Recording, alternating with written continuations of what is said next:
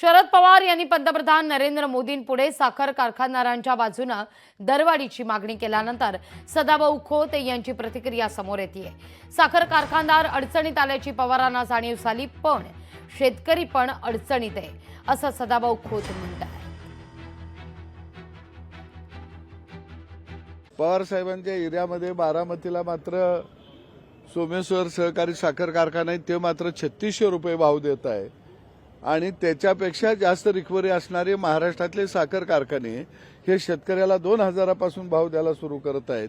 याच्या बाबतीमध्ये पवार साहेबांनी काही कडक निर्णय घ्यावा सरकारनं असं पत्र लिहिलं असतं तर अजून मला खऱ्या अर्थानं आनंद वाटला असता। 2 साखर कारखान्यांच्या मधलं हवाई अंतर जे 20 किलोमीटरचं आहे ते काढून टाकण्यात यावं असं जर केंद्राला पत्र लिहिलं असतं तर निश्चितपणाने मला वाटलं असतं की पवार साहेबांना देशातल्या आणि महाराष्ट्रातल्या शेतकऱ्यांची काळजी आहे।